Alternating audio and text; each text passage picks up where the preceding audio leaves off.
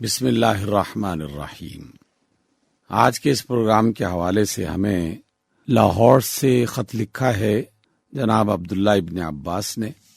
آپ یہ پوچھنا چاہتے ہیں کہ اگر کوئی شخص تہجد کی نماز ادا کرنا چاہے تو اس کے لیے اسے کیا کرنا چاہیے، اور تہجد کی کتنی رکعتیں پڑھنا سنت ہے۔ عبداللہ بن عباس صاحب، سب سے پہلی بات تو یہ ہے کہ آپ اللہ تعالیٰ کا شکر ادا کریں۔ یہ آپ کی خوش نصیبی اور اچھی قسمت ہے کہ آپ تہجد کے بارے میں سوچ رہے ہیں۔ جب تہجد کے بارے میں سوچ رہے ہیں تو یقیناً آپ جو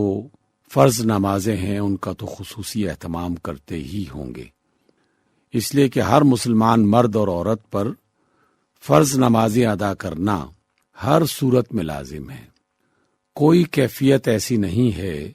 کہ جس میں ان نمازوں کی چھوٹ انسان کو مل جائے، سوائے خواتین کے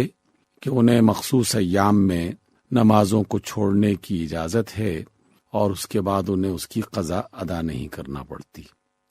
لیکن اس کے علاوہ تمام بالغ مرد حضرات، اور اگر اس خاص کیفیت میں نہیں ہے تو تمام عورتیں، وہ 5 وقت کی نمازیں ادا کریں، یہ ان پر فرض ہیں۔ فرض نماز کے بعد پھر باری آتی ہے نفلی عبادات کی، اور نفلی عبادات میں تہجد کی نماز جو ہے یہ اللہ تعالیٰ کو یقیناً بہت ہی پسند ہے۔ اس کا سب سے بڑا ثبوت یہ ہے کہ اللہ رب العزت نے اپنے آخری نبی محمد صلی اللہ علیہ وسلم کو باقاعدہ نماز تہجد ادا کرنے کا حکم دیا، اور اس کی فضیلت یہ بتائی کہ جو لوگ بھی روحانی اعتبار سے اپنے آپ کو مضبوط کرنا چاہتے ہیں اور اللہ کی زمین پر اللہ کے کلمے کو بلند کرنا چاہتے ہیں اور اس کے لیے محنت کرنا چاہتے ہیں، تو ان کے لیے ایسی توانائی کی ضرورت پیش آتی ہے کہ جو دنیا میں مخالفین کی طرف سے آنے والے حملے اور جو اذیتیں پہنچ رہی ہوتی ہیں اس میں وہ قوت کام کرتی ہے۔ یہ روحانی قوت اللہ کی طرف سے ان بندوں کو خصوصی طور پر ملتی ہے جو تہجد کی نماز ادا کرتے ہیں۔ تہجد ایک ایسا وقت ہے کہ جس میں ایک شخص بالکل دنیا کے تمام رشتوں سے الگ ہو کر، ہر قسم کی ریاکاری اور دکھاوے سے پاک ہو کر، صرف اور صرف اللہ سے ہم کلام ہونے کی کوشش کر رہا ہوتا ہے۔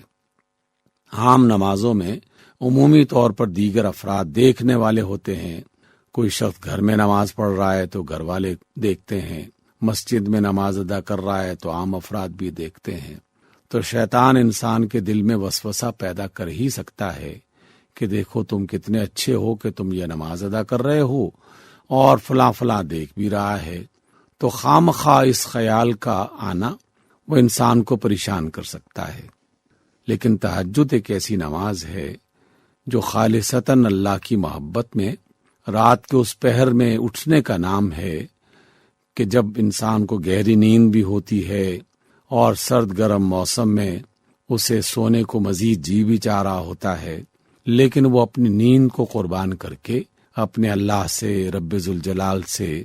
بات چیت کرنا چاہتا ہے اور اپنی قربت کا اظہار کرتا ہے۔ اللہ تعالیٰ کو یہ بندہ انتہائی پسند ہے، اور اس کے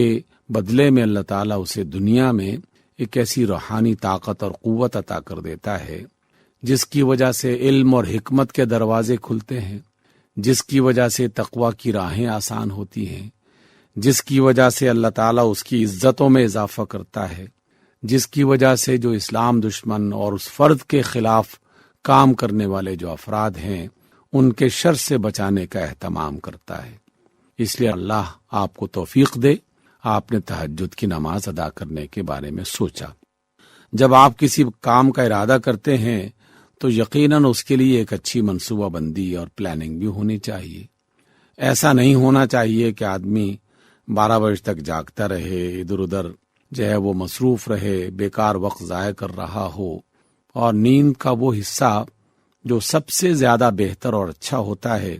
اسے وہ گزار لے، اور آدھی رات کے بعد جب وہ سوئے گا تو یقیناً تہجد کی نماز میں وہ بیدار نہیں ہو سکے گا۔ تو اس لیے پہلا کام یہ کرنا چاہیے کہ رسول اللہ صلی اللہ علیہ وسلم کی سنت کے مطابق رات کو عشاء کی نماز ادا کرنے کھانا وانا کھانے کے تھوڑی دیر کے بعد ہی سونے کا اہتمام کر لیا جائے۔ کوئی انتہائی ضروری کام ہے تو کچھ دیر تک اس میں مصروف رہا جا سکتا ہے،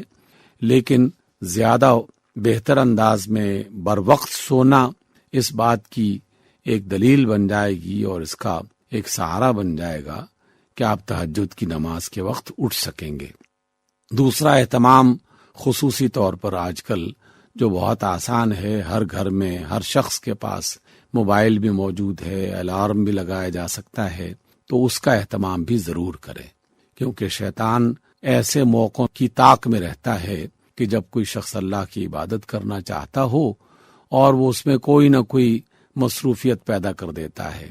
نیند گہری ہو جاتی ہے، خواب آنا شروع ہو جاتے ہیں، یا کوئی اور کام یاد آ جاتا ہے،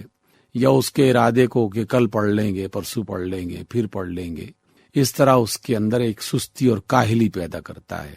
تو اس لیے الارم بھی لگا لیے جائے، رات کو سونے سے پہلے نیت کر لی جائے، بر وقت سونے کا اہتمام کیا جائے، الارم بھی لگا لیا جائے، اور اس کے بعد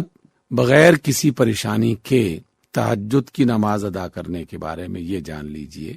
کہ اگرچہ اللہ کے رسول صلی اللہ علیہ وسلم 8 رکعتیں نماز تہجد کی ادا کیا کرتے تھے۔ اللہ کے رسول ایک بڑی روحانی طاقت کے مالک تھے، اور اللہ کے رسول کے جو ساتھی اور اہل تقوی اور اللہ کے خاص بندے عام طور پر 8 رکعتیں ہی ادا کرتے رہے، اس لیے کہ مسنون رکعتوں کی تعداد یہی ہے۔ لیکن آپ علیہ السلام کی طرف سے جو مختلف موقعوں پر باتیں کہی گئیں، تعلیمات دی گئیں، تو علماء نے اس کو بھی اجازت کے دائرے میں رکھا کہ جس شخص نے ارادہ کیا اور وہ فجر کی اذان سے پہلے چاہے 2 رکعتیں بھی ادا کر سکا ہو تو اللہ تعالیٰ اسے تہجد کا اجر اور ثواب عطا کرے گا۔ یہ اس کی نیت، اس کے ارادے اور اس کی کوشش کی بنیاد پر اللہ خود فیصلہ کریں گے۔ اس لیے ارادہ کریں تہجد کی نماز ادا کرنے کا، رات کو بر وقت سوئیں، الارم لگائیں، اور اس کے بعد جب بیدار ہوں تو جتنی رکعتیں پڑھنے کا موقع مل سکے، لیکن میکسیمم رکعتیں، زیادہ سے زیادہ رکعتیں رسول اللہ صلی اللہ علیہ وسلم کی سنت کے مطابق وہ 8 ہی ہیں۔ اور اس میں ایک اور بات کا بھی اہتمام کر لیا جائے کہ رسول اللہ صلی اللہ علیہ وسلم عام طور پر تہجد کی نماز کے بعد وتر کی رکعتیں ادا کیا کرتے تھے، یعنی وتر کی نماز ادا کیا کرتے تھے۔ اگر آپ کا پکا ارادہ ہے تہجد کی نماز ادا کرنے کا اور اللہ تعالیٰ نے آپ کو اس کی توفیق بھی دے رکھی ہے، تو پھر کوشش کیجئے کہ وتر کی جو رکعتیں ہیں وہ عشاء کی نماز کے ساتھ ادا نہ کریں، بلکہ تہجد کی نماز کے بعد ادا کریں۔ اس اعتبار سے ہم آپ سے درخواست کرتے ہیں دعاؤں کی، اور ہم آپ کے لیے بھی دعا کرتے ہیں کہ اللہ تعالی ہم سب کو اپنا ایسا بندہ بنائے جو اس سے محبت کرتا ہو اور خالص محبت کرتا ہو، جو اس کی عبادت کرنے کی رغبت رکھتا ہو اور بہترین رغبت رکھتا ہو۔ اللہ تعالیٰ آپ کی نمازوں میں برکت عطا کرے اور آپ کی زندگی کے تمام معاملات میں اس برکت کا اثر تقسیم کرے، اس کو پھیلائے، اور آپ کی پوری زندگی اللہ کی رحمت اور اللہ تعالیٰ کی برکت کے سائے میں رہے۔ اس اعتبار سے یہ بہت ہی خوش آئند بات ہے، باقی لوگوں کو بھی اس کی ترغیب دینی چاہیے۔